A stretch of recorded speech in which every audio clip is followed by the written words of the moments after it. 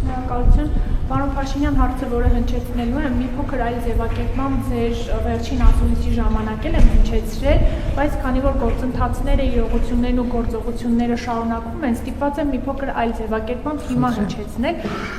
Ինչպես է ստացվում, որ ամեն անգամ, երբ Ադրբեջանի հոգևոր առաջնորդ Ալաշուքյուր Փաշազադեն անդրադառնում է հայ առաքելական եկեղեցուն, նշելով, որ խաթարում է խաղաղության գործընթացը, Երևանում պրոցեսներ են սկսվում, կալանավորվում են հոգևորականներ, հնարավոր է, որ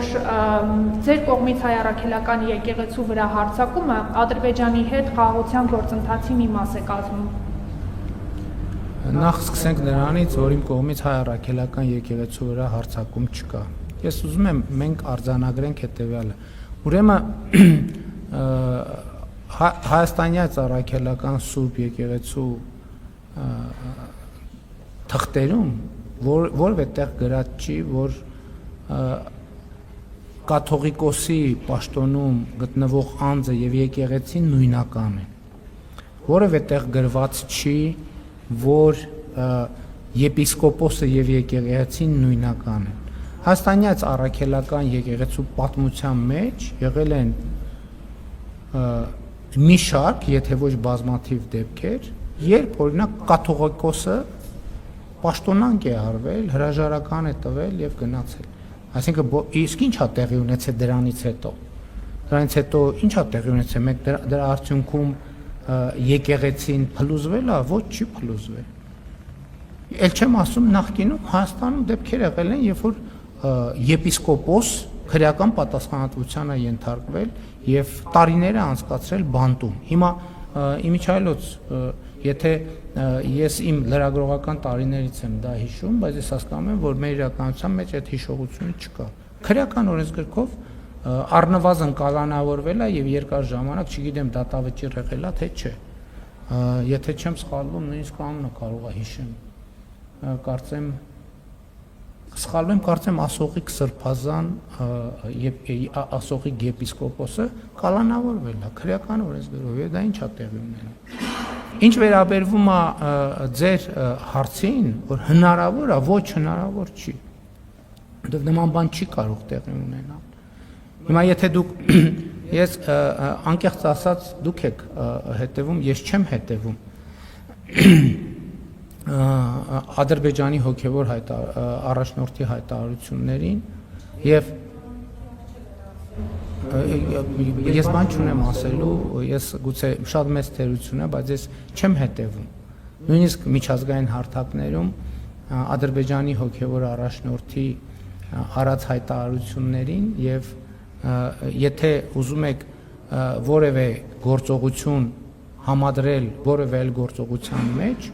ասենք այսօրվա իմ բրիֆինգը կարող է համընկնել տասնյակ իրադարձությունների հետ Ադրբեջանում, Թուրքիայում, Իրանում, Ռուսաստանում, Վրաստանում, Միացյալ Նահանգներում, Մերձավոր Արևելքում, Իսրայելում, Գազայի գոտում, Պաղեստին, ուր ասեք, Ալժիրում, Նամիբիայում, Անգոլայում, Ավստրալիայում, նույնիսկ Անտարկտիդայում եւ Հյուսիսային Բևեռում, նույնիսկ Մեծ Բրիտանիայում եւ Նոր Զելանդիայում, նույնիսկ Սինգապուրում եւ Ճապոնիայում, նույնիսկ Նորվեգիայում եւ Շվեդիայում, բազմաթիվ իրադարձություններ, եւ դա ինչ է նշանակում։ Այն փաստը, որ դուք հարց տվեցիք հիմա այս պահին, հիմա եթե մենք հետազոտություն անենք, կհամընկնի մեծ հավանականությամբ գուցե Ադրբեջանի հոգևոր առաջնորդի կամ որևէ հոգևոր գործչի որևէ գործողության հետ։ Հիմա մենք փորձենք գտնել Ադրբեջանի որևէ падգամավորի որևէ գործողության հետ։ Ադրբեջանի կառավարության որևէ ներկայացուցչի որևէ գործողության հետ։ Եվ դրանից հետո դուք ստիպված կլինեք պարզաբանել։ Այն հարցը, որ դուք այստեղ տվեցիք, արդյոք կապ ունի, ասենք, Ադրբեջանի որևէ մզկիթի հոգևոր ծառայողի արած որևէ հայտարարության հետ, կամ կարող է պարզվի նամազի ժամ էր հիմա։ Այն պահին, երբ որ դուք հարցը տվեցիք, աշխարհի հազարավոր մզկիթներում կամ գուցե հարյուրավոր մզկիթներում հայտարարվեց նամազի մեկնարկ եւ կարող է հնչել հարց. իսկ ձեր հարցը արդյոք պատահական համընկավ նամազի մեկնարկի հետ։ Ես ոչ թե ուզում եմ ձեզ հակադարձել, ես ուղղակի ուզում եմ ցույց տալ ձեզ, որ եթե որևէ մեկը ուզենա գտնել համընկումներ ձեր հարցի, հա, էդ էլ է, չէ, բան, մեկ էլ ասում են, հա, այս փող պես ինչ գույն է, որ հա, ձեր հագուստը, ձեր այն որ հիմա ձեր ցախ ականջին ականջակալ կա, իսկ կարող է Ադրբեջանից զանգել են, հուշում են, ասում են, այ հիմա կամ չգիտեմ, Ադրբեջանից չէ, Նոր Զելանդիայից կամ ինչ որ երկրի հատուկ ծառայություն է, հասկանում եք։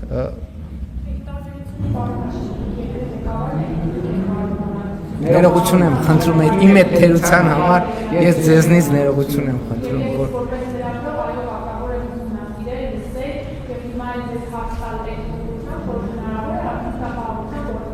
ոչ,